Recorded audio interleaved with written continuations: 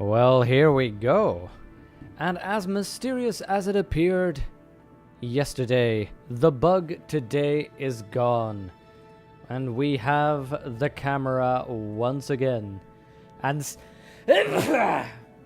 and sneeze. Sorry about that. Hello, hello. It is good to be back. It is good to be on the air. And everything looks stable. All the problems we had yesterday. Nothing. Just nothing. So here we are.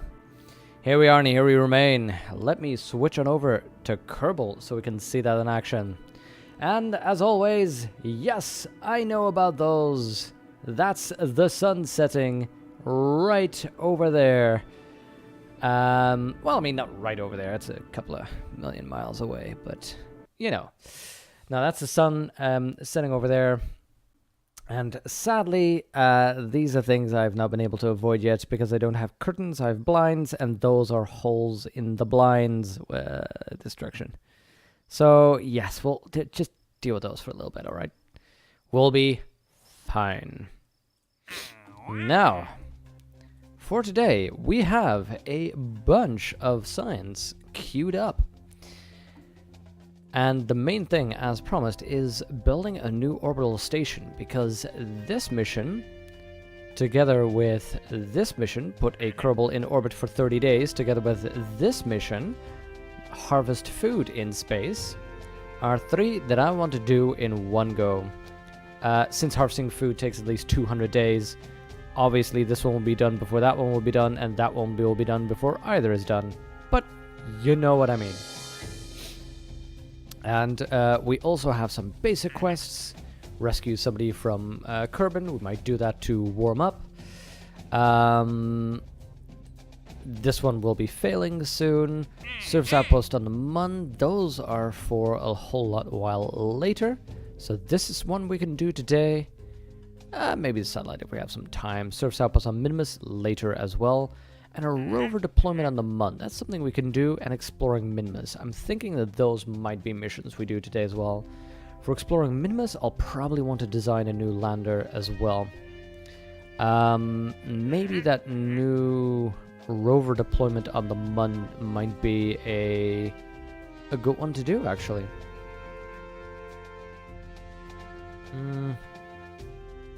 Let's see what we start off with. Rescuing Kerbal from orbit is a good one to get our feet wet. Oh my god, I have a lot of things that are flying around right now. I have a lot of debris going on right now. Let's terminate some of this debris. Mun debris. Wait, what? Oh, I remember. That is the jet. Recover. The jet that we did made at the end of the last stream, just for a little bit of fun. Meantime, we have so many of these other things. Do we not have a mission to drive a rover around? Rover deployment, service outpost. No, okay, let's rescue Henning Kerbal, and then we go... Oh, that's a standard one. And then we go and make our orbital space station. Now, let's open up the vehicle assembly building to check our rescue craft and see if everything is still a-okay for that one. Or whether we need to upgrade it. I kind of feel like we should... start deleting some of these things because we have too many. Mun rescue vehicle? No. Or get a more consistent naming scheme. What is the Mun rescue vehicle that we just renamed? No, wait, the EV1. Wasn't that the one we made? Yeah, that is the one we made. Hey there, Grishman. How are you doing? Nice to have you with us. Let's see. Because I'm thinking that we could probably update this design and put in this engine Because... oh, this will not be able to push us well at all. Nope, I thought well about that design. Never mind. I was thinking maybe you can get a more efficient thing in. But that wouldn't serve us well. Why do I have this heavy thing up here though? Oh, the thrust to weight is already 0.34. Oh, wait. I'll bet that doesn't have the pushing potential. Okay. Looks like this one really is all set up. And doesn't really need any adjustment. Those, burn that. Separate that, yeah. This one's good to go. Let's get one of our pilots on. Let's get Lemdred, who has just rescued himself. Because I am sure that he will enjoy being able to help somebody else. Let's see, for gear? For light? Oh, we already had that toggled on. Perfect. So we're all ready to go. Let's just launch and get going.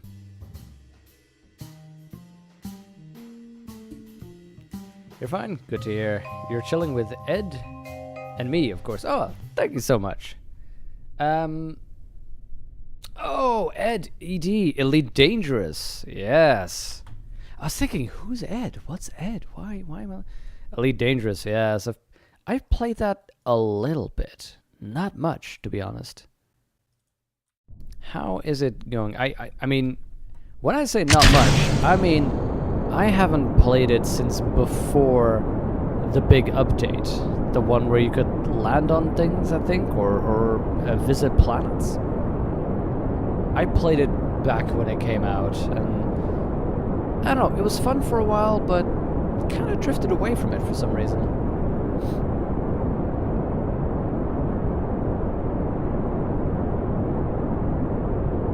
Ooh, more science. It's all still coming from the Mun. It's also a reason why it might be good to start getting a Minimus mission going. Because once we can land on Minimus, get some good bit of science there, we can also finally, for the first time, set up surface experiments.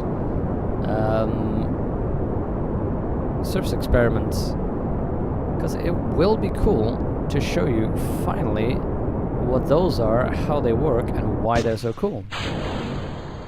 Also, this is super fascinating, isn't it? Seeing a mission that's just in complete and utter darkness. Let's at least turn on some lights. That doesn't really help us much. Except maybe it freaks out Lemdred. It gives us the shape of where we are. Elite Horizons, yes. Yes, that's the one I'm talking about. That's the first expansion they made to it, right?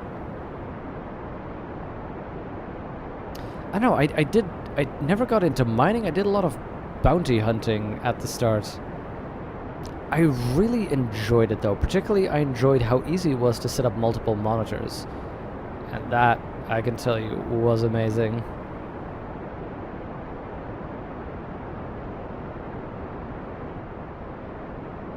Huh, you know what? I might be able to just do this in one go.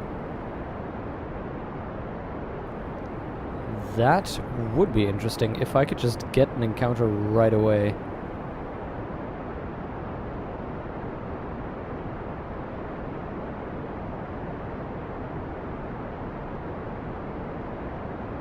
It's about as risky as I've done it, because we're blasting a whole lot in atmosphere still. But I want to push this out in a horizontal direction as much as I can. So here's my idea. We're gonna try and get an encounter immediately. Now normally this would be easier were we ahead of this craft, because then we could simply overshoot to slow down and then come back into an encounter. Right now though, that's gonna be a little bit tricky. Let's aim down a little bit more to just that orbit. doesn't look like we'll be getting a direct encounter here. As you can see, it will be ahead of us. But let's see if we can get something interesting. Let's slow down. Now this is not going to be good, so we're going to have to adjust and at least circularize.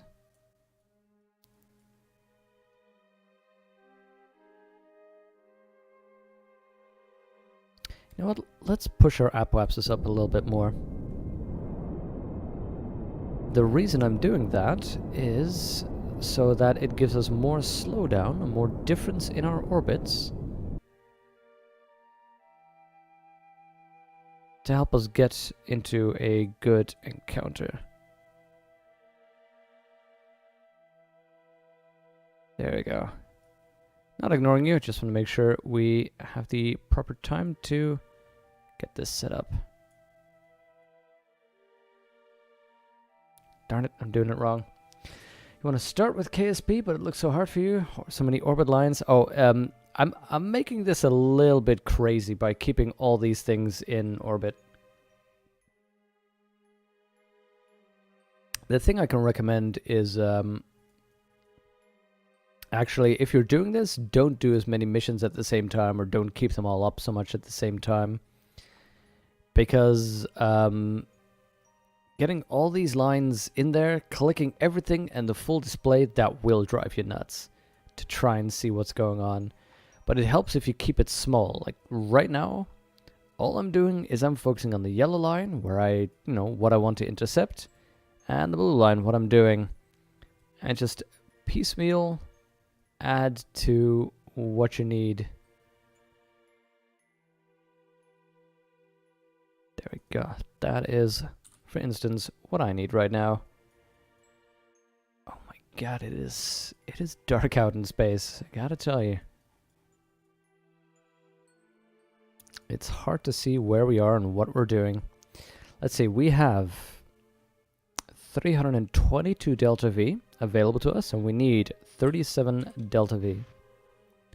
So let's start our RCS and do a little turn here.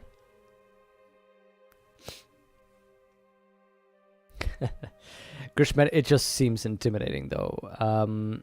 It comes with practice, because you have to realize I've been playing this game for several hundred hours. Steam will tell you that I have 200 hours on it, but for instance, this one I'm not playing on Steam because I copied the folder to install a bunch of mods, and I've done that a couple of times before. I wouldn't be surprised if I have 300, 400 hours in this game so far.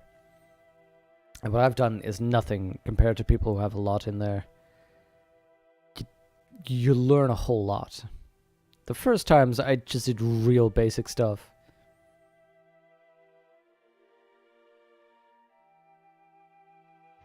Yeah, I know, it's a lot. And sometimes when I think about it, I also think like, wow, I could have, I don't know, learned a musical instrument, or, got better at something that really matters in the end. But I like the, this is real relaxing to do, and to learn these simple little things. Because, like most things, I think at the start, it looks real intimidating. It looks complex. Because there's just so much that you don't know what to focus on. But the more you play it, the more you start learning what you can ignore and what you need to pay attention to. And then, before you know it, you'll start setting up different types of missions. And like the things that I do, the multiple missions at the same time, that's absolutely nothing I would recommend for somebody starting out. You play 200 hours with elites, but your friends have 2.8k. Wow. 2,800 hours in elite. That is astounding.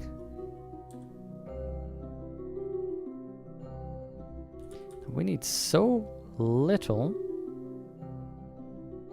delta V here that I think I could probably... Could I do this with RCS? No, we just don't have the thrust. So let's just adjust carefully.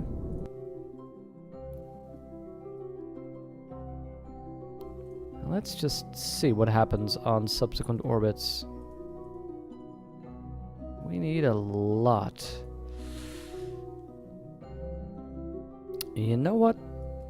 Instead of doing this, I'm gonna do something curious. Instead of waiting a whole lot like this, which may be more efficient, what I'm doing is I'm gonna circularize an orbit beyond. There, it's circularized enough. And here is the idea. Now that we are constantly slower, this thing's going to be gaining on us. But what that also allows us to do is pick an easier encounter, because all I need to do is get the delta V to hit that orbit, and then I move this around until I get an encounter I like.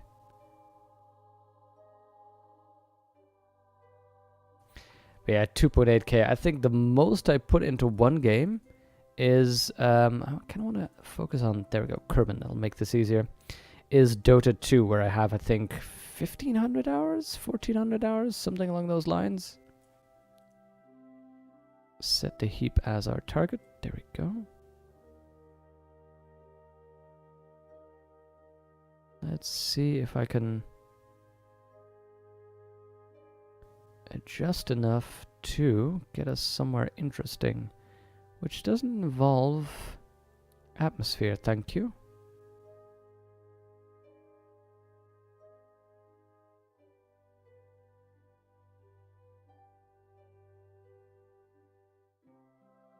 So basically what I'm trying to do here is try and get a feeler out to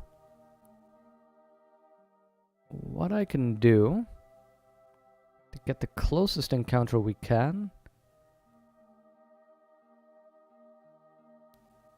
And see if we can get in there.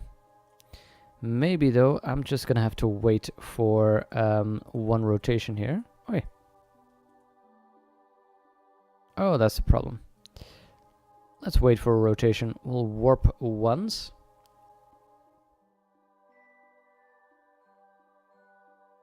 Hey, Ruthor. Nice. Gajit has wares if you've got coin. Oh, that's tricky to do after a bit of ginger ale.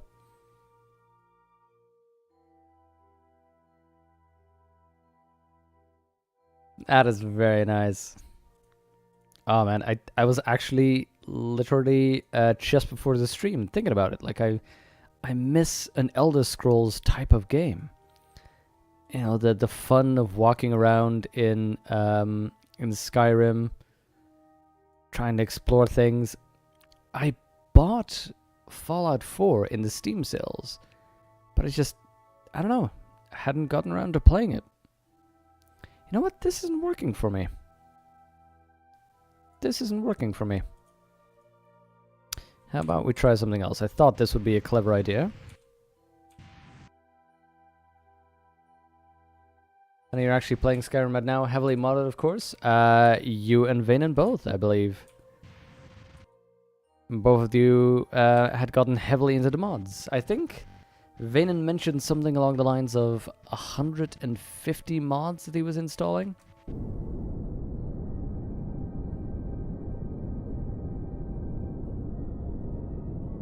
Okay, let's lower this until we get a touch on that 70k orbit. Oh. Yeah, again, this is why I don't leave your RCS on.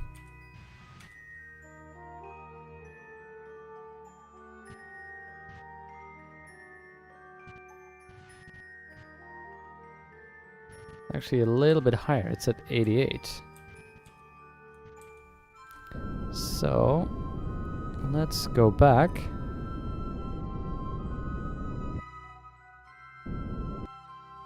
To where we touch that. There we go. Now, let's see what I can do. Can I add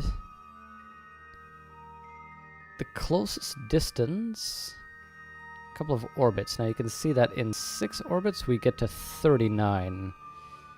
That is not good news to me. In 3 hours, that's fine though, that's fine. You know what, we can do that. We can do that and we can jump to that timeline. That alternate timeline. And again, this is another useful Kerbal alarm clock feature. Because otherwise you'd have to do a lot of clicking and finding out where is the closest orbit, when is that. My god, that is getting bad today. But with this at least you have some kind of certainty.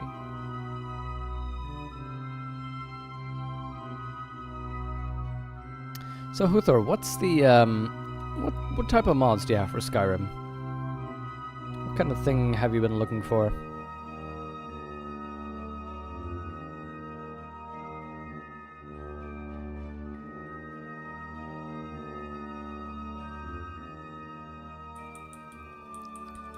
Okay, this is just making it a little bit slower.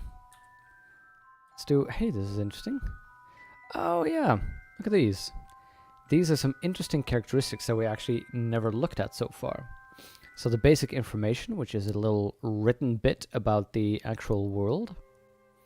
It is unique world. Kerbin has flat plains, soaring mountains, and wide blue oceans. Home to the Kerbals, it has just the right conditions to support a vast, seemingly undepletable populations of the eager green creatures. There's information on the actual physicals, like the equatorial radius being 600 kilometers, specific area, mass. Now, GM, that's the gravitational constant versus the mass, which is important in actually doing orbital calculations. Gravity at surface level, which is 1.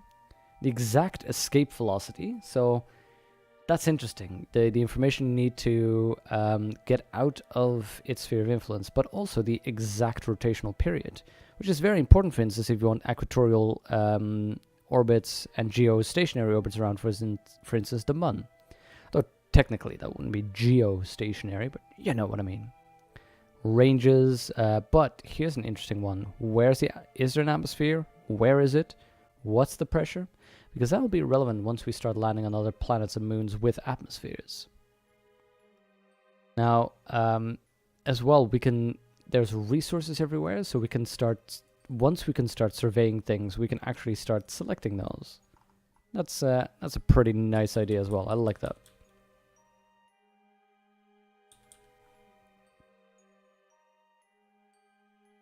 We have all sorts, some graphical improvements, lighting, mesh changes, gameplay stuff, expanded perk system. Oh, perk system sounds cool. Because I remember Oblivion I like, but I think the leveling system in Oblivion is terrible. And it really needs some modding before it is reasonable. I wonder if there's a move that I can do here that will help me. Hello. Hello. Separation of 1.2 kilometers. There we go. Or in fact, let's go. With an 8.8 meters per second adjustment, that shouldn't be that much of an issue. Let's limit our thrust though, so that we can do that a little bit more carefully.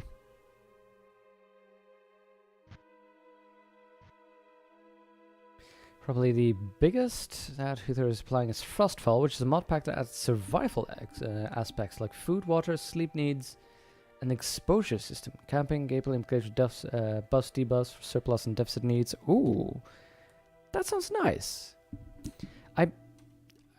I both think that there are too many survival games being created right now, and there's real surplus of them, to the point where you really have to start thinking, what is the actual point? But at the same time, I also enjoy some survival aspects.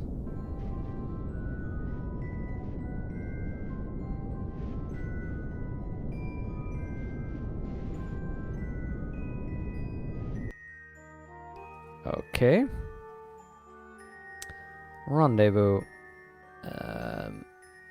Distance right now, but what is going to be our closest is going to be 1.2. I want to see. There we go. A little bit of RCS adjustment there. 1.2. Can I? 1.4. No, that's too far. 1.2 looks to be what I can reach right now. So we can remove this. We can start warping to here.